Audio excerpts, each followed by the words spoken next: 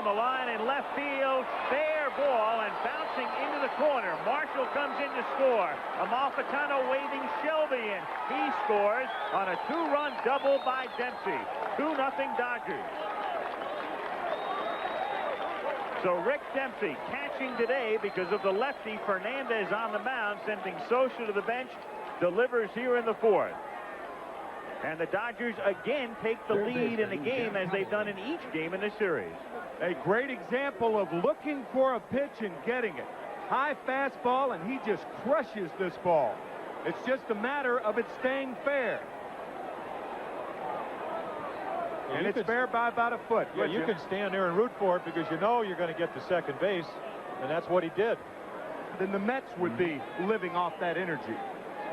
Especially in this situation with a game that ends well after midnight and starts at noon. Griffin drives one to the gap in left center by Dykstra for extra bases. Dempsey comes in to score. Griffin has a double, and the Dodgers lead it 3-0 in the 4th inning. Now Fredo Griffin, who hit 167 as a right-handed hitter, driving one by Dykstra. I think he set us all up, and the Mets. He said he couldn't hit right-handed, but it looks like he just tries to get the bat started. Does. Now they've been swinging through those balls. The minute he hits it in the gap, you know it's going to be at least 2 or 3. He's thinking triple, but he's in scoring position. You might as well stop there. He infuriates managers. Yes. Yes. Sacks at third, and there's Hatcher off to his lead at first. 5th inning, nobody out. 3-0 Los Angeles, and the 2-1 pitch coming to Gibson. His hit to deep right field, and that one is gone. And Kirk Gibson hits his first home run of the game, but his second of the day, because he hit one exactly 13 hours ago at 12:27 a.m., and this one comes at 1:27 p.m. and breaks it open. 6-0.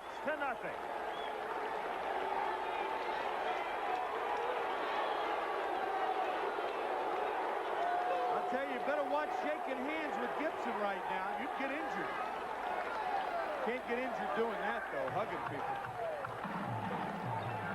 So he said during the All-Star game if he played with the A's, and he may play against them in the World Series, with that forearm bash, that whole team would be in surgery.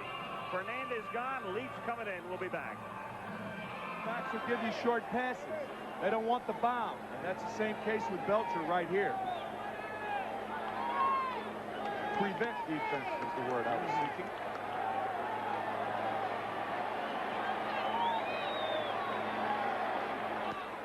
High in the air to right field. Going all the way back is Marshall, and there's the bomb.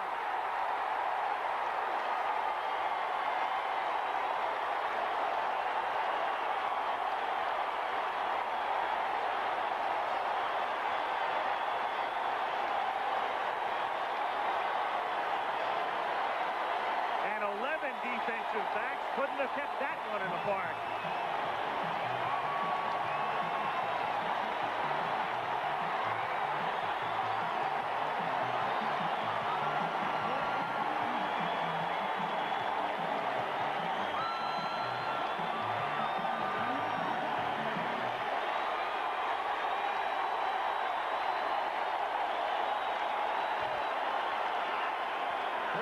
That one swing, the equivalent to the Mets of a good night's rest. Okay. But I think he's throwing just as good as he did before. I mean, as we talked about it, 3-2, took a little bit off the fastball to make sure that Dykstra swung the bat.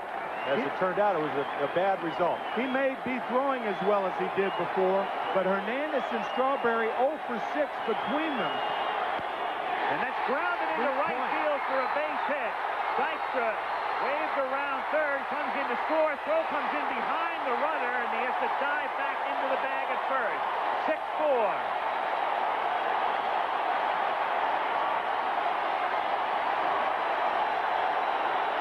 Well, we'll never know, but my point was that Hernandez and Strawberry had seen him so many times. They've seen him 6 times between the two of them. And I just think you're in a game situation here. You know the move's going to be made now. But it is a very, very interesting point. Well, like a curveball, and again, Jeffrey's one of his great strengths that he stays with the ball, doesn't overswing. Pulls it right by the first baseman. And now he brings the tying run to the plate. It was a point turned moot because of what happened. I was kind of hoping he was going to get him out, even though I don't care who wins. That's Kirk Gibson. Aggressive style. You have a two-run lead, Thinks he can pick up an extra run, steal second base, and gets hurt. Here's the 0-2 pitch. Now Marshall hits a drive to right center field. Deep. Dykstra going back, and it's up against the wall and bouncing back toward the infield as Gonzalez comes in to score, and Marshall goes into third with a triple. And the Dodgers lead by 3. So with 2 out, Gibson beats the play at first base to keep the inning alive, and it turns out to be an important play as Marshall follows with a run-scoring triple, and it's 7-4. We talked about those tack-on runs. The later in the game, obviously, the more important the tack-on runs are. Marshall extremely strong. The sinker down and away, a bit careless of McDowell with the count 0-2, and it hits the base of the wall and just fires. Well, if they lose today, it makes it pretty cut and dry what the Mets have to do. Not easy, but cut and dry. To shallow right center field, and Shelby comes in and makes the catch. And 3 of the 5 games have had Shelby involved in dramatic situations to close them out, especially last night and obviously in game 1 as well. And here, Shelby comes racing in to put it away, and the Dodgers are 1 victory away from the World Series.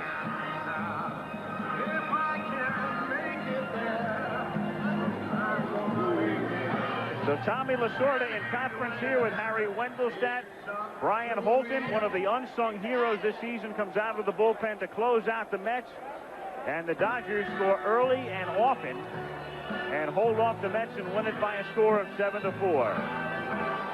Amazing how Brian Holton, and looking back to 1978 when he started in Clinton, would you ever think he would end, and not end, but have an opportunity to do what he did? And former teammate of mine, a great athlete. He took a couple of steps back, followed the ball. Look at this catch.